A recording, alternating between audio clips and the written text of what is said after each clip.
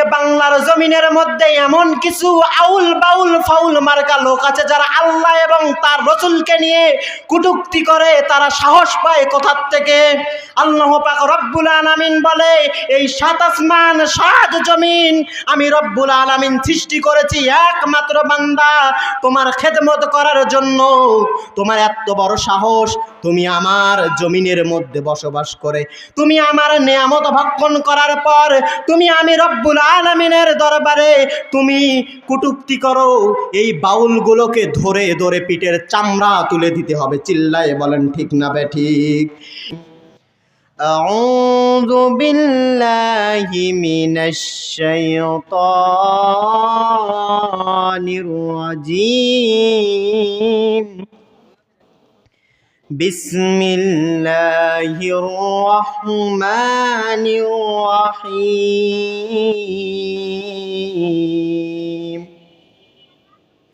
ওয়ামা খালাকতুল জিন্না ওয়াল ইনসা ইল্লা লিয়াবুদুন। وآية كلام الله تعالى قال رسول الله صلى الله عليه الصلاة والسلام يا أيها الذين آمنوا صلوا عليه وسلموا تسليما اللهم صل على سيدنا مولانا محمد وعلى آل سيدنا مولانا محمد। তাহাজ্জুদের যায় না মাঝে মরণ দিও প্রভু আমায়, একামতে দিনের কাজে শহীদ করে নিও আমায়। লা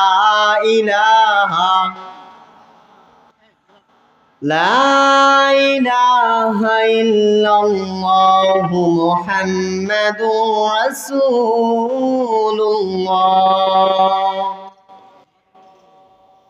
তেতুনতলা মার্কাজুল ইমান মহিলা মাদ্রাসা হাফেজা ছাত্রীদের পাগড়ি প্রধান উপলক্ষে এক বিশাল তাফসিরুল কোরআন মাহফিল। আল্লাহ পাক রব্বুল আলামিন এই মাহফিলকে কবুল করেন একদিনের জন্য। সকলে বলেন আমিন।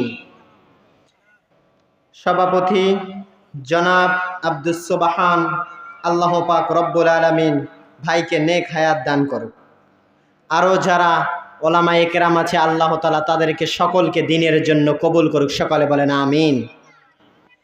আল্লাহ পাক রব্বুল আলামিন পবিত্র কোরআনুল কারীমের মধ্যে বলে, ওয়ামা খালাকতুল জিন্না ওয়াল ইনসা ইল্লা লিয়াবুদুন। ও দুনিয়ার মুসলমান ইমানদার আল্লাহর গোলাম,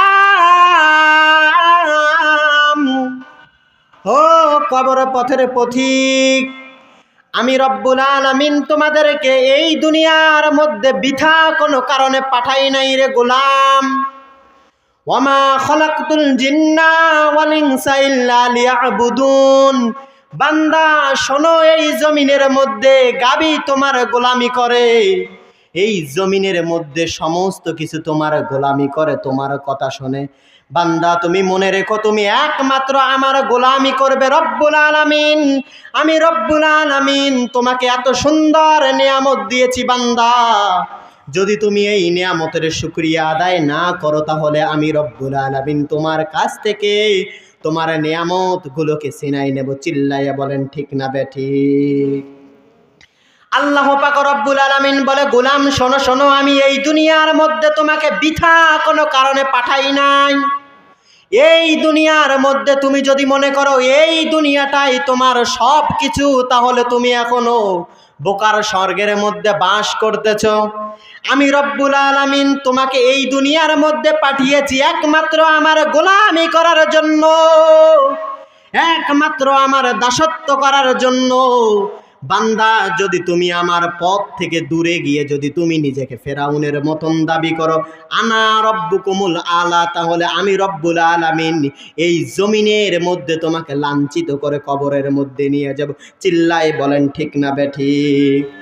আজকে বাংলার জমিনের মধ্যে এমন কিছু আউল বাউল ফাউল মার্কা লোক আছে যারা আল্লাহ এবং তার রসুলকে নিয়ে কটূক্তি করে। তারা সাহস পায় কোথার থেকে? আল্লাহ পাক রব্বুল আলামিন বলে, এই সাত আসমান সাত জমিন আমি রব্বুল আলামিন সৃষ্টি করেছি একমাত্র বান্দা তোমার খেদমত করার জন্য।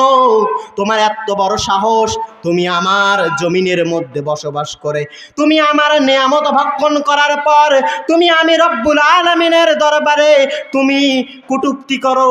এই বাউলগুলোকে ধরে ধরে পিঠের চামড়া তুলে দিতে হবে। চিল্লায় বলেন ঠিক না বেঠিক? এই কোরআনুল কারীম রব্বুল আলামিন আপনার আমার জন্য পুরা জাতির জন্য পাঠিয়েছে। এই কোরআনুল কারীম আজকে আমরা আর মাদ্রাসার মধ্যে দেখতে চাই না, মসজিদের মধ্যে দেখতে চাই না। এই কোরআনুল কারীমটাকে আমরা সরাসরি রাষ্ট্রের মধ্যে দেখতে চাই। চিল্লায় বলেন ঠিক না বেঠিক? সমাধান চাও যদি জীবনে মরণে, ফিরে যাও খুঁজে নাও চোখ রাখো কোরআনে। সমাধান, ও সমাধান, এ তো চির আমলান চির মুক্তির দান, এ তো মহাবাণী সেই কোরআনি কালামে পাক। এই দুনিয়ার সেই দুনিয়া শান্তি বে তুমি দো জাহানে। সমাধান, ও সমাধান, সমাধান চাও যদি জীবনে মরণে, ফিরে যাও খুঁজে নাও চোখ রাখো কোরআনে। এই কোরআনটাকে আপনাকে আমাকে পার্লামেন্টে নিয়ে যেতে হবে, এই কোরআন দিয়ে সংসদ চালাতে হবে, এই কোরআন দিয়ে জীবন পরিচালনা করতে হবে। কারা কারা পরিচালনা করতে চান দুহাত তুলে আল্লাহকে দেখান। আল্লাহ পাক রব্বুল আলামিন বলে পবিত্র কোরআনুল কারীমের মধ্যে, ওয়ামা খালাকতুল জিন্না ওয়াল ইনসা ইল্লা লিয়াবুদুন। ও গোলামেরা, তোমরা শোনো, আমি এই জমিনটাকে তোমাদের দাসত্ব করার জন্য পাঠিয়েছি। এই জমিনের মধ্যে যদি তোমরা গুনার কাজ করো, আমি রব্বুল আলামিন তোমাদের গুনাহগুলো ধরে রাখতে রাখতে যখন তোমরা গুনার বাঁধগুলো পেরিয়ে যাবে, তখনই আমি রব্বুল আলামিন এই জমিনের মধ্যে গজব নাজিল করব। চিল্লাইয়া বলেন ঠিক না বেঠিক? রব্বুল আলামিন পবিত্র কোরআনুল কারীমের মধ্যে বলে, আল কারিয়াতু মাল কারিয়া। বান্দা মনে রেখো, আমি রব্বুল আলামিন যেমন এই জমিনটাকে সুন্দরভাবে তৈরি করেছি, এই জমিনটাকে আমি বিকট আওয়াজের মাঝ থেকে আমি এই জমিনটাকে চিরবিদায় নিয়ে এই জমিনটাকে ধ্বংস করে দেব। রব্বুল আলামিন বলে, যদি তুমি তোমার জীবনটাকে সুন্দরভাবে পরিচালনা করতে চাও, তাহলে তোমাকে রামবামের আদর্শ তোমাকে মেনে চললে হবে না। তোমার ভিতরের মধ্যে একমাত্র রসুলের আদর্শটাকে সুন্দরভাবে আঁকড়ায় ধরতে হবে। মুহাম্মাদের আদর্শটা এমন একজন সুন্দর আদর্শ ছিল। ও যুবক ভাইয়েরা, আমিও তো একজন যুবক, আমি তোমাদের পায়ে হাত দিয়ে বলে যাই রে বাবা, তোমাদের মতন একজন যুবক সাহাবা ছিল, যেই সাহাবার নাম ছিল আব্দুল উজ্জা রাদিয়াল্লাহু তাআলা আনহু।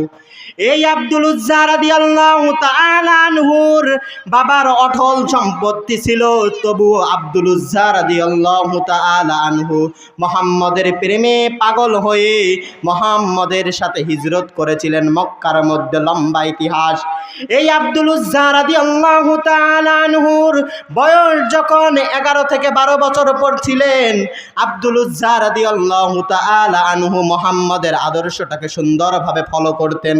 মুহাম্মদ আলাইহিস সালাতু ওয়াস সালাম যখন মক্কার অলিতে গলিতে যখন ঢুকতেন, মুহাম্মদ আলাইহিস সালাতু ওয়াস সালামের পিছনে পিছনে যাইতেন। রাতের অন্ধকারে যখন মুহাম্মদ আলাইহিস সালাতু ওয়াস সালাম যখন কোরআনুল কারীমটাকে তেলাওয়াত করতেন, আব্দুল উজ্জা রাদিয়াল্লাহু তাআলা আনহু খুব কানগুলো খরগোশের মতন লাগাইয়া শ্রবণ করতেন। আব্দুল উজ্জা রাদিয়াল্লাহু তাআলা আনহু দিকে দিকে মুহাম্মদের প্রেমে এমন আসক্ত হয়ে গেলেন, তিনি সব সময় মুহাম্মদের কাছাকাছি থাকতে চান। চিল্লায়ে বলেন না সুবহানাল্লাহ। আলহামদুলিমান কত্তার খায়রাও ওয়া খাবালা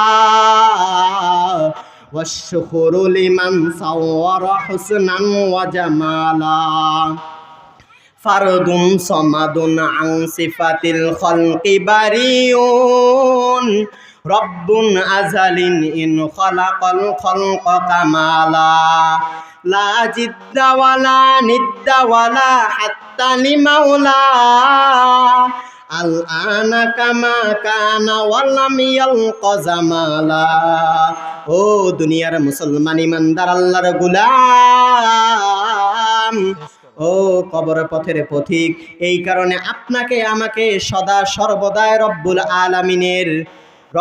আলামিন যেগুলো আদেশ করেছেন রাসূলুল্লাহ সাল্লাল্লাহু আলাইহি সাল্লাতু ওয়াসসালামের আদর্শ মোতাবেক চলতে হবে। কারা কারা চলবেন দুহাত তুলে আল্লাহকে দেখান। ওয়াল আখিরি দাওয়ানা আলহামদুলিল্লাহি রাব্বিল আলামিন। আমি আপনাদের এই এলাকার সন্তান, আমার বাসা সর্দার পাড়ার মধ্যে, আমি খতিব হিসেবে আছি বাইতুল মামুর কেকতির পাড়া জামে মসজিদ। মূলত আমি আপনাদের কাছে দোয়া নেওয়ার জন্য এসেছি। আপনারা সকলে আমার জন্য দোয়া করবেন। আল্লাহ পাক রব্বুল আলামিন আমাকে যেন দ্বীনের জন্য কবুল করে। আসসালামু আলাইকুম ওয়া রাহমাতুল্লাহ।